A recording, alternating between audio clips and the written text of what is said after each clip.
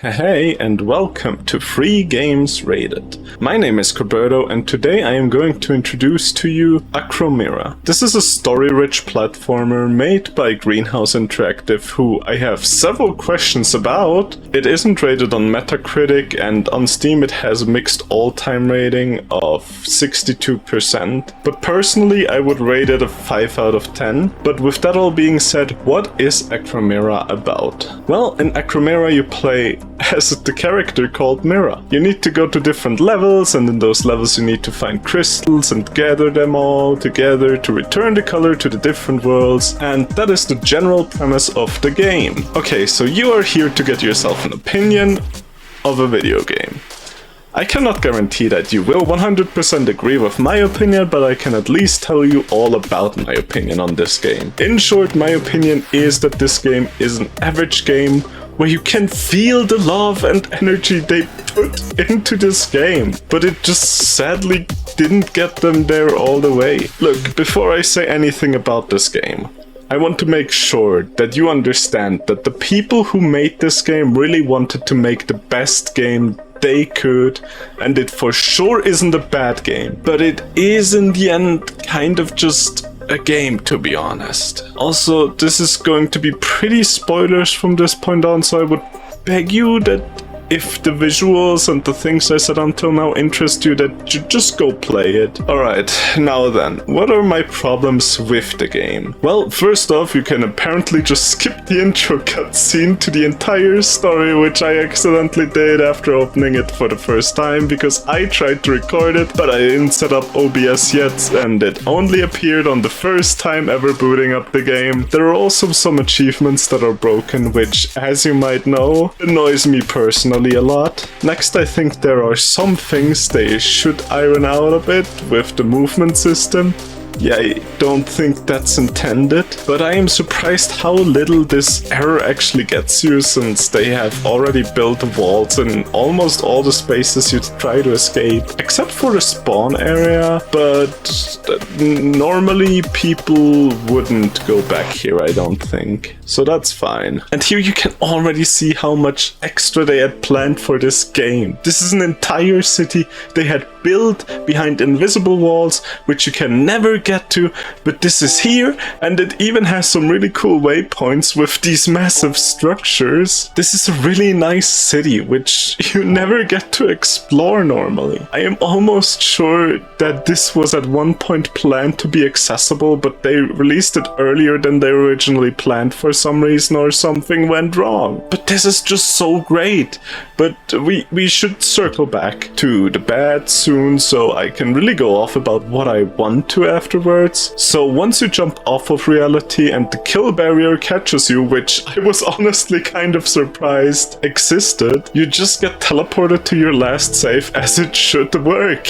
I'm so glad this worked, because it really shows again that they knew this could maybe happen and they pre-planned anyway. I wanted to get back to the bed, so I should really get to this first level. It's called Rotate. In this area I had some issues. First of all, you get the fireball ability here, which is kind of cool, but it's really unclear what all you can use it on, since the game kind of limits you to only burn a few flowers, and only the ones that are in the way directly and no others. This becomes an issue a bit later in the level when the first jump and run section really starts. Something I didn't mention until now is that you have a reality shift ability, so some things exist in the shifted reality, which don't exist in the real one. Some of these things can also be platforms. So in the first of these real jump and run sections, in which you don't have to just stay in one reality, they immediately make you jump from platforms which don't exist in one reality to platforms which don't exist in the other, which I think is a lot to ask of players when they have never even used the mechanic during platforming sections before, where they could at least stand still while shifting reality. So for me, at first I just exploited the movement system to go further until I realized that there was a real path up. Also, during the platforming section you need to use your fireballs, which if you didn't pre-check for that, you'll just fall because you can't shift reality if it put you in something in the other reality. But other than this section, there is an area where you teleport between houses to get past the ravine, which is really kind of cool as long as it doesn't hurt your brain from the visuals. Or you just skip the entire section. But honestly, that was all that I could claim was bad about the first level. The second level similarly only has a couple things I have a problem with.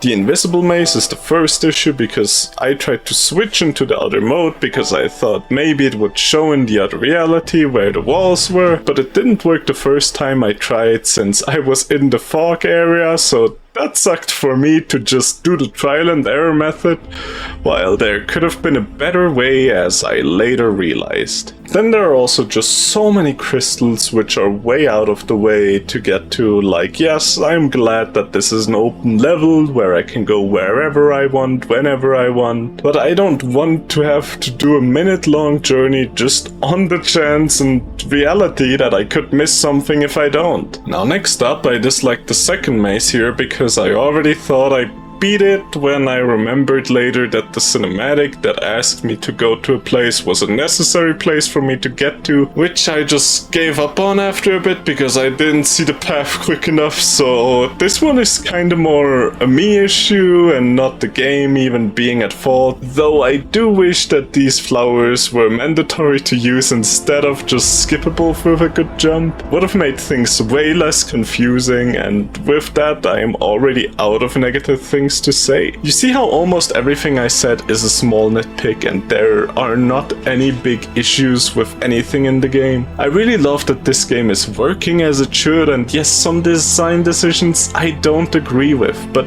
it definitely isn't bad. So now for the good things about this game. Well, this is going to be kind of a similar story. Like the switching system of going from the real world to the digital one. I like how the music shifts. I like that it feels totally different. I like that we can change the things. I like most of the puzzles that use it, and it really works well beside a few things that I mentioned earlier. I like the design of every world. I like the general concept of the game, and I think they did in general a great job to make it, but I feel like there is a lot less specific things I can point at and be like, yes, I like this because of that reason, as I could with the things I dislike in this game. I talked to my girlfriend about what I should do about this review. I don't really know how to talk about this game since I see the things it does wrong and I can point them out, and the things that are great about it, I just can't do the same thing some way. My girlfriend was just able to tell me that this probably is just a worse game, which isn't even worth the 5 out of 10 rating I gave it, if that's the case. But for some reason, even though I can't justify it, I know that this is more than worth it of the rating. It feels like there is something there that I just can't put into the equation here, that I just need to try to put in to give the game the rating it deserves. But how can I? How can I? How can I quantify the love and heart each person working on this game put into it? That is at least the only conclusion I have come to at this point, that is what makes me feel like this game is better than what it might look like just looking at it objectively. There is so much heart in this game. I can't point at a specific thing and be like, see, this is how it shows that they put so much heart and love into this game. And I massively disagree with some people's motion that polish means that they just put a lot of heart into it. Polish just means to me that they had enough time left and playtesters to try to fix as many problems as they could before someone outside the office found out. Real heart is the feeling you get while you're in the experience. You feel how an entire team made this game that they really wanted to create. You know that they did everything they could to get it as good as they could. And this isn't just a random feeling I had while playing this game. I can show you. After playing this game, I was trying to find out more about Achromira and the studio because I felt that they wanted to do more for this game, and I felt that they were really energetic about making this game. So I started looking them up, everywhere, and they even had a link tree, but there was nothing. Well, not nothing, there was a little bit I could find. I found their subreddit, it just had a couple of posts, all by the team themselves. Way more interestingly, they have a YouTube channel. They have 12 videos and they are all about the process of making the game. The first one was uploaded on November 16th, 2021, and the last one on January 30th, 2022. I have watched through all the videos and I can see how excited everyone is about the project. They were so overexcited they even accidentally released their logo before their logo reveal video. But I mean, look at the studio. They were in November still in the brainstorming phase, and January, 2 months later, the game is already getting released. This is incredible. I mean, do you notice that the game has been given too little time? Yes, definitely. But that they even achieved to make this game in that amount of time, all the levels that have to be remade for both realities, development tools so things are easier to make for the designers the way that they want. This is an incredible amount of work that they did in 2 months. Like, I made a game in half a year and it isn't nearly as good as they made it in 2 months. Of course, my game was only made by me and only on weekends and nights, while also doing everything else I had to do. But this is still crazy to me, that they made this much in this short amount of time. As I think most people can tell, I really do like this game, and I hate to give this game a 5 out of 10 rating. But if I'm looking at the facts of what the game is, I just can't rank it any higher. I hate it. I hate this because just look at the development team and all the love they put into this. I mean, look how excited everyone is just about the launch of the game. Isn't this just such a great sight? People truly enjoying the art they are creating? But how do you rate the effort they put into this game? Do I just say the game is better than others because I can feel the love they put into the game? But what if other games had just as much or even more energy invested into them and I just can't feel it like I can with this project? Can we somehow ever get to account for any of that in these types of projects? But this isn't even the only thing that is bothering me so much about this. What bothers me personally a lot more is that the studio is basically gone. All these people who made this project, all these people who put so much love into it, and the company essentially disappeared after making Achromira. How can this happen? What did happen? Like, I don't know, maybe something happened to the people in the team and they just shut it down for the time being until everyone was better again. Or did they all just suddenly not feel motivated about video games anymore and everyone, or at least some important members, left? Was this maybe the plan all along, to just release this one game and then be done? Maybe? But the itch.io site for Greenhouse Interactive says, "We are Greenhouse Interactive, a new and upcoming game development studio." So I don't think this studio was meant to just release one game and be done with that. So I'm guessing it is just a group that disbanded because they weren't successful. I mean, after over 3 years of the game being out, it currently got 32 reviews on Steam. It's been 42 months and it only got 32 reviews. Usually the amount of people who review a game is about 10% of people who play it. So by that logic, maybe roughly like 300 people played this game. All the hard work and effort everyone put into this game just so 300 people could play it. And most of them would probably find it a middling game according to the Steam reviews. When is art worth it? Some people may disagree that games aren't art or something, which sometimes they aren't even entirely wrong about that, even though they are at least sometimes very wrong about it. But when I say art currently, I am talking about anything where creative process went into its creation. Yes, even Machine Gun Kelly's music would be art under that definition, but sadly I don't know another short word which says the same thing. So art. When is it worth it to be produced? Well, I guess this is quite the personal question, to be entirely honest. But we can probably at least narrow it down into specifics a bit more to make it easier for everyone to think of their answer.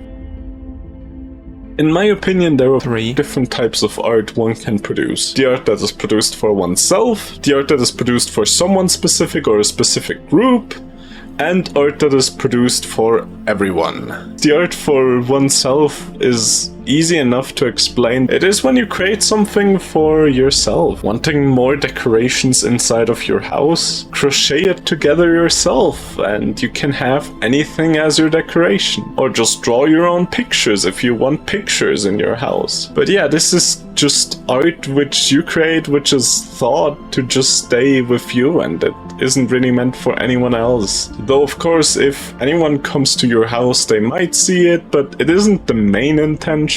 Art that is produced for someone or a group is probably one of the most common types of art. How many times have you gifted someone something self-made? I mean, here in younger years in school, we had classes which were all about creating things, so everyone just gave what they made to their parents for birthdays and Christmas. And I am guessing it was probably similar in other places too. I feel like almost everyone has gifted something they created to someone at one point or another. And even if you didn't, did you ever create and share anything else? Even if it's just a meme that you've created and sent in your group chat, is a piece of art that you have created, no matter the quality of the meme which you have wanted to share with your friends. Lastly, there is the art that is for everyone. Is there any art that is truly for everyone? A quick check for any website will make you learn no. People are so different that anyone can love or hate something without it being too uncommon. But what I mean with art for everyone is that the artist didn't think about any specific group or specific person that could like their art, but instead just created art and then left it for everyone themselves to decide if they like it or not. Any artist who is releasing something for the entire world is pretty much falling into this category. Well then, what arts do you usually expect what responses from to make the art worth it to have been created? So what about art that you make for yourself? Well, here, as long as you're happy with how your own little project turned out, then you're all good, because you just made something for yourself. Like, there's not even any external input on this type of work unless you specifically post it online to show it to your friends and family or something. Honestly, even then, when some of them are negative about it, you can usually just brush it off easily, since they are just not in that field often, so a lot of their criticism is kind of surface level or a non-issue type of thing anyways. Next up, we have the things you created for a specific group of people. This is where other people's approval is starting to matter, as you might expect. I mean, if you create something for anyone, you are probably going to try your best to get them to like it. Of course, you'd be demotivated if you put hours, maybe even days or weeks of effort into something and they don't like it. That would just suck. And now, finally, we are at the section I really want to talk about for this. Art that you create for everyone. What makes you feel good about the art you create that is just out there for everyone to enjoy? Well, this is actually a pretty difficult question to answer, I have realized. What number of likes or something will make you feel like you have truly achieved what you have wanted? I have talked about all this with people I know, and they did say that when they post their music or videos or other stuff on the internet, that they get motivated if they see nice comments or if they get a lot of likes, of course. Everyone I asked agreed that only if you post it with the intention of everyone being your audience is when it only really matters how much people interact with it and how much they like it. But here's the issue. I tried to get anyone I asked to tell me how many likes would make them happy on a thing that they made. Well, no one could answer me, to be honest. We had a couple of things we also discussed because of this. Does it change depending on context? Like, for example, if I spent 40 hours making a video, then is it only worth it if I get a view for at least 1 hour of effort I put into it. Well, honestly, 40 views on a video that took 40 hours to create would be kind of disappointing, but honestly, for my main channel, that is at least pretty accurate, where I get about that amount of views for a video I made. There is currently one on my channel where I spent about 20 hours on the video, where yes, I pretty much only had to edit gameplay, but it still took a while to create.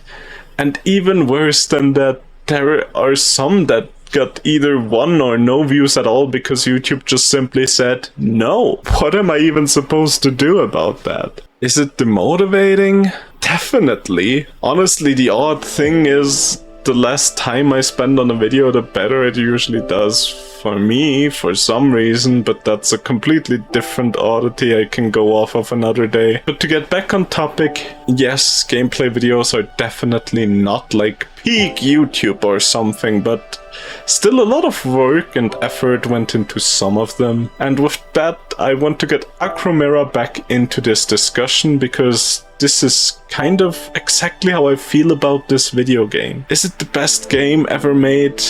No, definitely not. It is a middling game, which has made no impact when it released and has never gotten a lot of attention. But you know what? I feel like so many people have poured so much of themselves into this game that not recognizing it in any way feels kind of like betrayal to everyone on the team that made it. They have worked so hard that I just wish their game took off and didn't completely demotivate them as soon as they released it and didn't get much attention at all. I wish they could have gotten more attention for all their hard work, because I know how it feels. I have sometimes already thought about just quitting YouTube already, because, not gonna lie, sometimes it just feels so demotivating to be on this website and you see no one cares about what you have spent your blood, sweat and tears creating. It's especially demotivating if you also learn that it's at least partially because YouTube doesn't want to give your videos to anyone. Like, how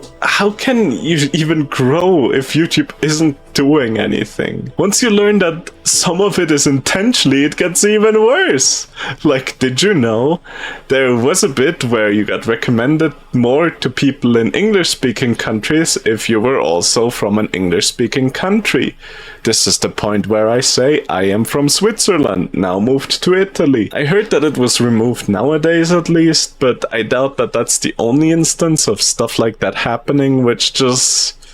But even if stuff like that didn't exist, it would still suck not ever being given any attention for any of the hard work you put into your stuff. That is, after all, also my guess why Greenhouse Interactive disbanded so completely. There is almost no record of them existing other than their YouTube and Achromira itself. I hate this. I hate it because it is essentially the question every creatively aligned person has to ask themselves. If you're not successful, when do you quit? They made the decision that their end was here and really ended everything about their studio. But now it just also made me ask myself, when will I be done with this? Right now, I honestly feel fine. I am not in any danger of just going up and leaving YouTube. I would probably at most reduce my content production to focus on other things maybe, but that's about it. I would still do creative stuff and I would still share it with the world. There's no question about it for me. But that's only right now. What would need to happen for me to just leave and try to cover up everything about my doings on the internet? What is my limit? Can I even figure that out? Like, I don't know, if I made a game that I truly put all my love into and no one played it, and the people who did mostly just absolutely dunked on it, would this get me to give up on being creative at all? Well, I don't think I would, but who knows? I said before that even just videos I made that had tons of work put into them and tens of hours of editing, work, fail, that I've seriously just considered throwing in the towel. Would I actually give up if it was something I put hundreds or thousands of hours into? I don't think it's unlikely. So as much as I dislike to say this studio just got destroyed by so many things hurting them at once that the studio just gave up. Are people from the team at least partially still following their dreams? Probably, but not everyone. Maybe we have lost the greatest game designer because they gave up after their first game failed so completely. Or maybe nothing's been lost except their want to express themselves through the art they create, which would still be incredibly sad. But there is sadly no way to help prevent this because the main thing I can think of has its own issues. But that is a topic for another day. With that all being said, I can pretty much just finish this entire ramble to tell you that Achromira is a game that I want to rate higher, but I have to rate it a 5 out of 10. I recommend you to play this game if you want to play a game where you can feel the energy the entire team put into it. Even if it didn't turn out to be an incredible game, though what you do is your own decision at this point. If you have any opinions on this game, or if you have any free game you want me to take a look at, please write them in the comments. With that being said, I hope you had a fun time hearing me ramble on. I hope you enjoy this game if you played it or end up playing it, and I hope you have a nice day. Bye bye.